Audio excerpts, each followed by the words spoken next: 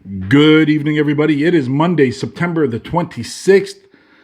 I wasn't planning on doing a video tonight, but it absolutely looks like I need to. So let's get started. I'm your wealth guy. Let's talk money.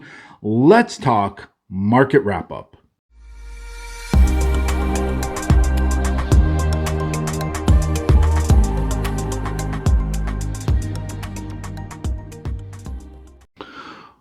All right, everybody. So thank you for tuning in. I hope you like the channel and the information we have today. If you do, please don't hesitate to share, like, subscribe, but most importantly, comment down below. I'd love to hear your thoughts on the market and what's going on in this global economy of ours. But let's jump into the markets today, because at the end of the day, the markets finished a little bit in the red. If we take a look at the markets, the S&P 500 or the US 500 finished down about 40 points. US 30 finished down 320. Tech down about 65 even. So right across the board, we are in the red. The Dow is back into bear territory for the first time since 2020 officially. But there's a lot of really important things that happened today. So not only do we see the markets continue to decline on supposed fears of continued interest rate increases and a recession, which we're already in, and I think most people have accepted that reality. Let's have a look at global currencies, because the US dollar continued to strengthen and global currencies continued to fall.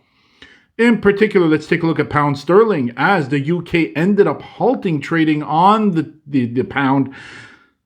And that does not look good, as the pound hits a new record low. Now, keep in mind, this is all part of the inflationary aspect, because as your currency continues to lose value, you continue to lose purchasing power. Now, yes, the US dollar is continuing to gain strength against other currencies, so the relative strength. The inflationary pressures that come along with money printing in the US are essentially keeping inflation higher and the erosion of the value of your currency on the purchasing power relatively low. So you're going to continue to lose purchasing power. But it's important to also note that global bonds, for the first time in 76 years, according to MarketWatch, have hit a bear market on a rolling 10-year period. Now, that is very significant. I mentioned yesterday in my Sunday preview that we're going to continue to see the accelerated and uncontrolled sell-off of the debt market. So this point is actually very, very concerning, especially with an aging population, the vast majority of which are looking towards more conservative investments. And we're seeing that pullback in the conservative market, or the debt market, which has traditionally been used for more conservative investors. Now we are in a bear market there as well, meaning there is no safe spot across all investment assets.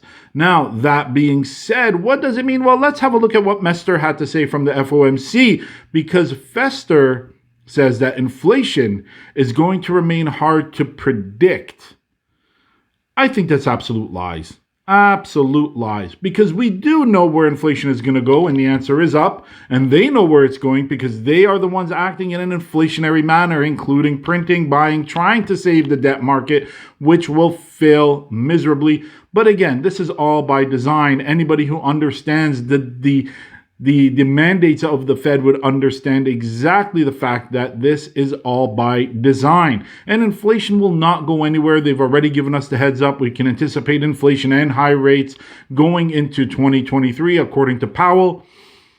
So where does that leave us? Well, it leaves us at a position where we really have to consider what to do now going forward, as everything is looking quite dire. Everything is looking a little bit more extreme to the downside. In my humblest of opinions, I would suggest that possibly taking a look at removing some of your equities, your long equity positions, or some of your long positions in general, including bonds, out of the market at this point. Yes, dollar cost averaging. Yes, don't sell at the bottom. But what if I told you that the vast majority of people are starting to change their minds and attitudes, and a significant number of analysts and financial institutions are sending up the warning sounds, indicating that the markets could easily pull back another 20 to 30% from here? That is a frightening thought. Now, also keep in mind that we don't know where the bottom of the market would actually be. Could the markets theoretically drop 85%? Absolutely. And there are people out there who show the mathematics behind it, indicating that yes, the markets could. And although it would be a great sell-off or an over sell-off in the market, could very likely drop to 85% of its peak. Or drop down 85%, I should say, from its peak, not of its peak.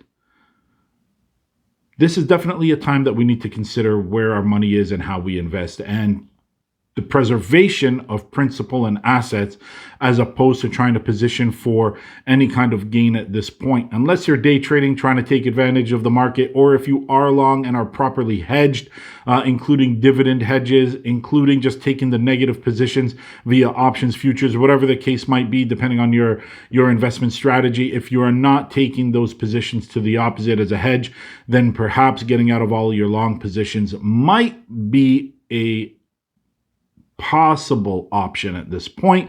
Now, it's really important that you do speak to your advisor. So this is not investment advice. It is simply something to consider, or at least have a conversation with your investment specialist and strategist. Now, that being said, looking at tomorrow, it is likely that we're going to continue to see some negative sentiment here. We do have additional reporting coming out, which we will talk about in the morning prior to the market open. But until then, I will see you tomorrow morning, just before the opening bell.